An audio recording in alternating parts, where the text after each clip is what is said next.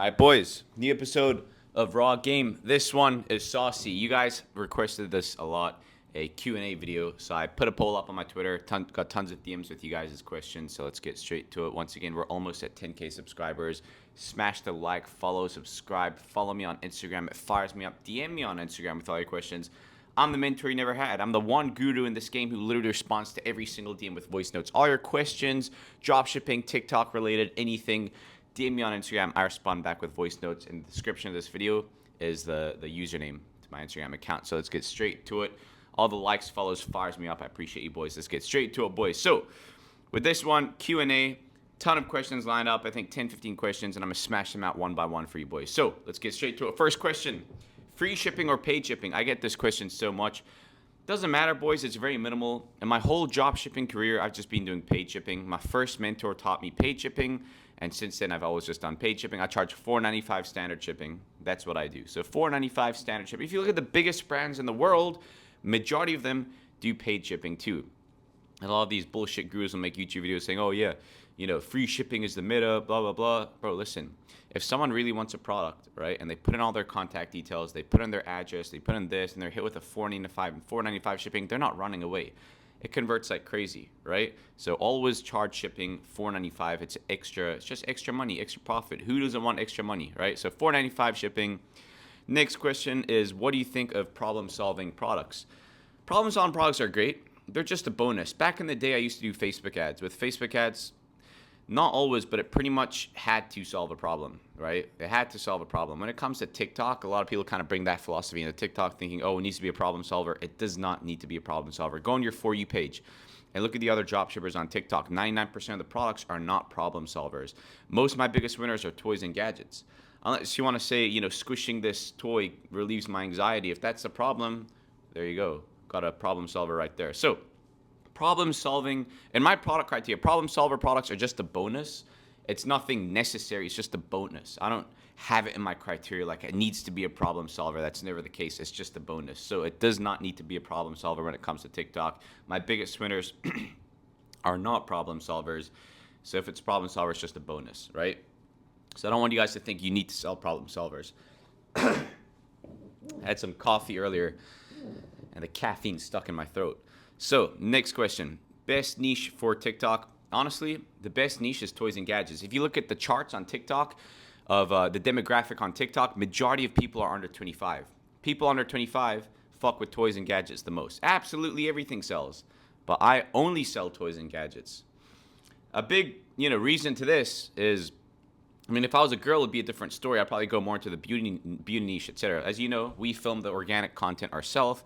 I look like an absolute moron selling makeup, right? So stick to stuff that you can actually sell if you're making the content yourself. Don't hire UGC creators. They don't care about your business. I film the content myself, and I film toys and gadgets the most because it's easiest to film, and it's got the biggest demographic on TikTok. So absolutely everything sells, but I've had all my success with toys and gadgets. So next question, what theme do you use for your Shopify store? I like the debut theme, DEBUT. It's a theme that's it's gone. Like you can't get it on the store. So if you had it a while ago, you can still use it because you can just download the theme file. So I use a debut theme. Doesn't matter. The Beautify is pretty nice too. All these themes work, man. Just something nice, clean, and basic. If you want to know what I use, it's a debut theme, DEBUT. So with that being said, next question, thoughts on CJ Dropshipping. They got millions of users, man.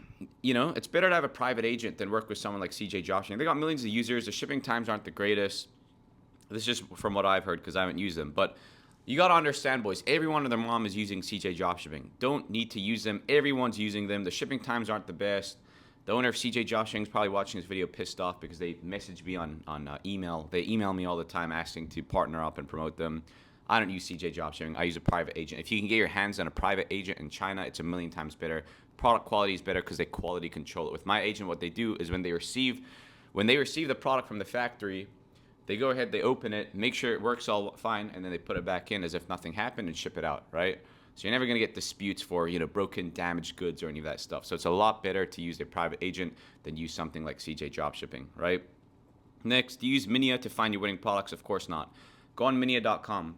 It says approved by 200,000 e-commerce users. Minia, for you guys who don't know, is a winning product research website. Bullshit. It's just saturated products. Everyone's selling the same products. I don't use any of these winning product tools. Shop Hunter this, Minia this, all these winning product tools. There's 5,000 other dorks sitting in their bedroom like you looking at the same exact products. So I don't use any winning product tools. It's all bullshit. I do it myself. You guys saw my latest YouTube video, like 2 videos down from this one, how to find winning products. Super saucy. Watch that. That's a real game, right? Don't try to take shortcuts with Minia this, Minia that, PB Spy. It's all bullshit. Everyone uses them. Everyone's selling the same products. It's saturated, right? How old were you when you started dropshipping? I was 16 years old. I was still in high school. In New Zealand, I was in year 12. I think that's grade 11 in the USA. So I was in year 12, grade 11. As I say in my other YouTube videos, man, I didn't go to school. I went to dropshipping school, man. We're watching YouTube videos all day long on dropshipping. So I started dropshipping when I was 16 years old in year 12. Still in high school. Now I'm 22 years old. So about 6 years ago was when I first started. Next question, is dropshipping saturated?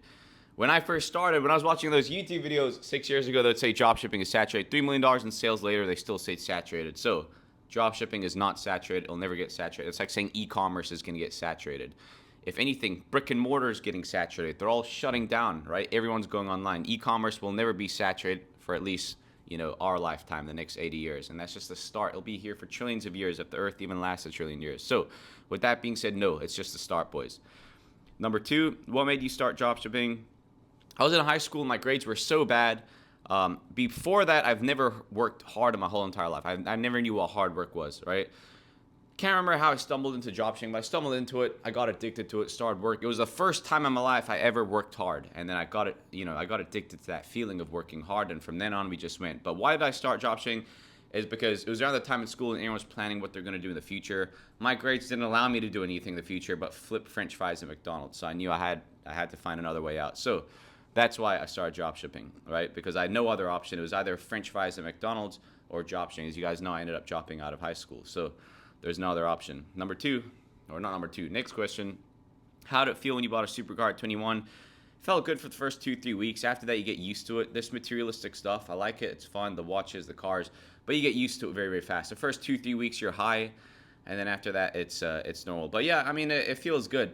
I used to drive a Suzuki Swift, and search up Suzuki Swift on Google and roast me. It looks like a fucking mosquito. Back home in New Zealand, only the blonde girls would drive it, and the poor people, right? So with that being said, it was a terrible car. It was my first car. The speaker wouldn't work half the time. You had to turn off and turn on the car and then pray the speaker would work. I say like 10% of the time the speaker would work.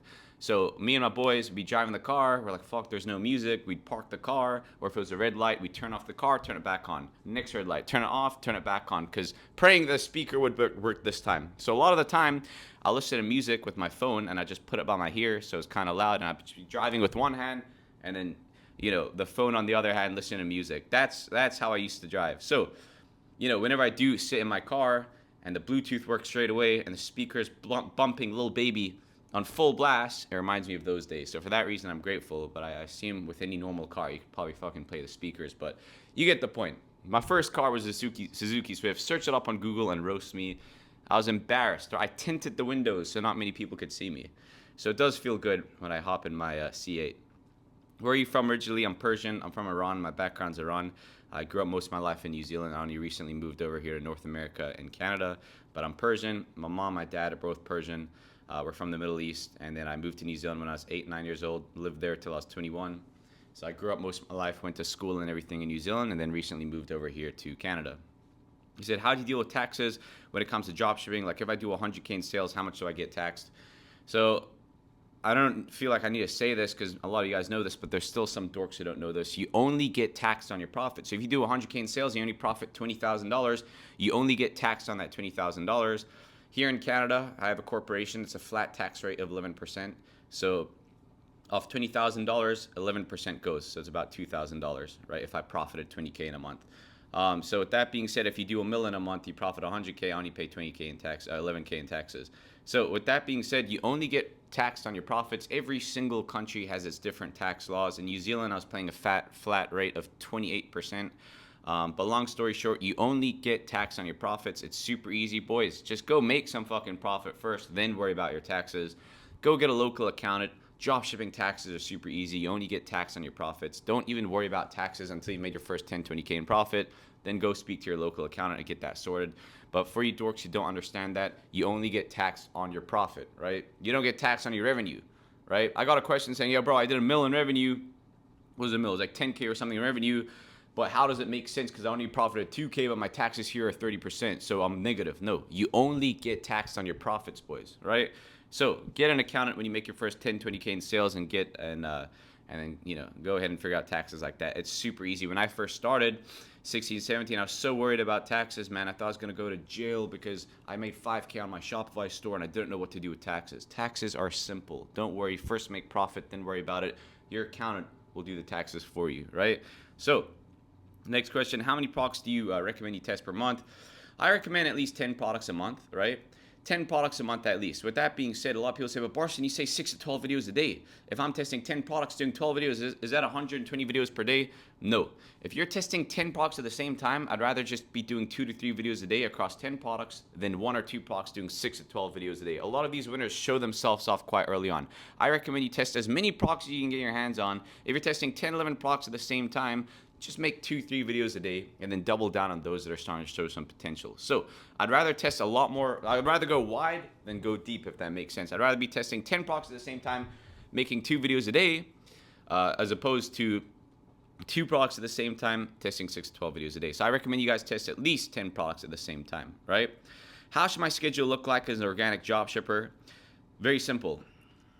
No matter how many products you're testing, whatever you're doing, always make your videos in the morning so that after that, you've got a clear mind doing product research. As you guys know, in this game, 80% of your time will be spent doing product research, 20% of your time making TikTok videos. I wake up in the morning, smash out all my videos, save it to drafts, and upload it throughout the day, and then just do product research for the rest of the day. So your mind is clear. You woke up in the morning, you smashed out your videos, and you can go about your day with a clear mind. So morning, smash out my videos. After that, product research for the rest of the day. That's how I recommend you guys do it, whether you're testing 1 product or 100 products. Morning videos, night during the day and nighttime product research. For me, nighttime, midnight product research sessions slap, right? Your mind just works the best for some reason. So next question, organic versus paid ads. You guys know I made a whole ass video on this. Organic any day of the week. I've had a background in paid ads in 2020. We crushed it with paid ads. Profit margins are too slim, right? You got to spend, if you want to get a good test, you got to spend $100 per product. If it takes you 20 products to find a winner, that's $2,000 to find a winner. When you do find a winner with ads, the profit margins range anywhere from 5% to maximum usually 30%. If you're lucky. With organic, it's 40 to 80% margins. You're a bank smack rookie, you do 10K in sales your first month, you're taking home 6K profit, right? So organic TikTok any day of the week. If you learn the skill of going viral, I tell people, give me a piece of paper, I'll make it go viral, right? So why would if I can get 1 million eyeballs for free, why would I pay to get 1 million eyeballs, right? So you master the skill of going viral and you don't need to touch paid ads anymore, right? Best app on Shopify if you had to pick one. Luke's Reviews by a country mile. LOOX. Luke's Reviews is so powerful. I'll get my girlfriend, my mom, my sister, whatever, to take a photo with the product, right? And then write a review. And the reviews are so overpowered. Write them like, hey, saw this on my For You page, arrived super quickly. Thank you so much, shop name. Luke's Reviews is the highest boost in conversion rate. So Luke's Reviews, if I had to pick one app, it'd be Luke's Reviews. What keeps you motivated every day? I'm not motivated every day, to be honest. I'm disciplined, right? People rely on me, right? So if I don't bring the bag home, no one's bringing the bag home, right? So what keeps me motivated every day is it's not really the motivation, it's discipline. Do or die must win. That's the terminology I like to use, right? When I was battling cancer back in the day in my cancer bed, man, I would be doing anything to sit on my desk and work 18 hours a day, right? So I've seen what real hard work is. Real hard work is fighting for your life every single day while the chemo is pumping through your veins and your heart rate is through the roof and you might get a heart attack any second and you're trying to control your mind to somehow lower your fucking heart rate. That's called hard work. So sitting behind your desk for 18 hours a day is not hard work. The shit's easy, boys. Motivated. Fuck being motivated. Most days I'm not motivated. I'm in Montreal on my holiday. I'm not motivated to sit down and make a fucking raw game, but I'm disciplined, right? So discipline beats motivation any day of the week, right? Now you say you work 18 hours a day. Is it true? Yeah, most days. So I sleep 6 to 7 hours a day. If I'm not sleeping, I'm working. I consider most things I do to be work.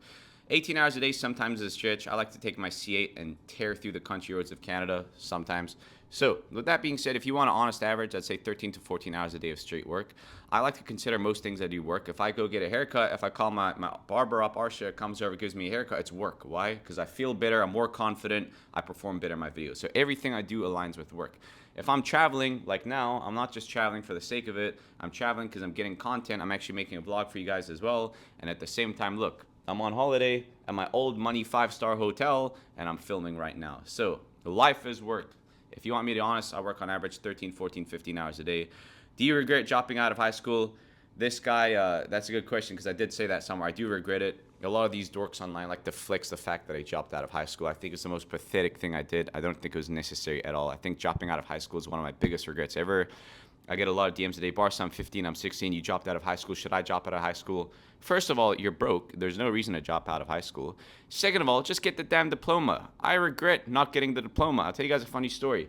I live in Canada. It's all good. But about a year or two ago, yeah, as you guys know, you guys in the USA are spoiled, man. You live in the best country in the world, the United States of America. I wanted to get a green card. So as you guys know, as an entrepreneur, getting a green card is so fucking hard in the USA. It's so hard. So I was like, fuck it. I'll apply for the green card lottery. As you guys know, there's a green card lottery that goes around, I think, every year. So I was filling out the application form, and the last thing that popped up is minimum requirement is a high school diploma. So I fucking exited the tab and got back to work. So it was just the most stupidest thing I've done in my life was drop out of high school. I do not recommend you drop out of high school. Do you need to go to university? Of course not. Like, you know, if you're making money doing your thing, it's not for you, then don't go to university, college, whatever you call it. But high school, definitely complete it. I am the one guru out here who says, you know, I regret it. All these other dorks on Twitter like to flex the fact their fucking license plate on their car is drop out. I think it's super gay. Don't drop out of high school is my biggest regret ever. So simple Q&A for you guys. I might turn this into a series. If you guys have any more questions, obviously DM me on Instagram with all your questions, and I can make it into a Q&A. And yeah, that's about it, boys. I appreciate your support. Like I said, we're almost at 10K subs. You guys are fucking G's.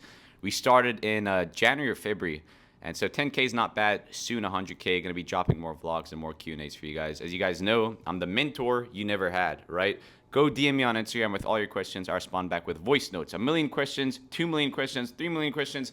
I respond back with voice notes. My Instagram is in the handle. And follow me on Instagram. It fires me up. If you guys need anything from me, let me know. I appreciate you guys. Like, follow, subscribe. Let's fucking crush it, boys. This year's been huge. Let's go, boys.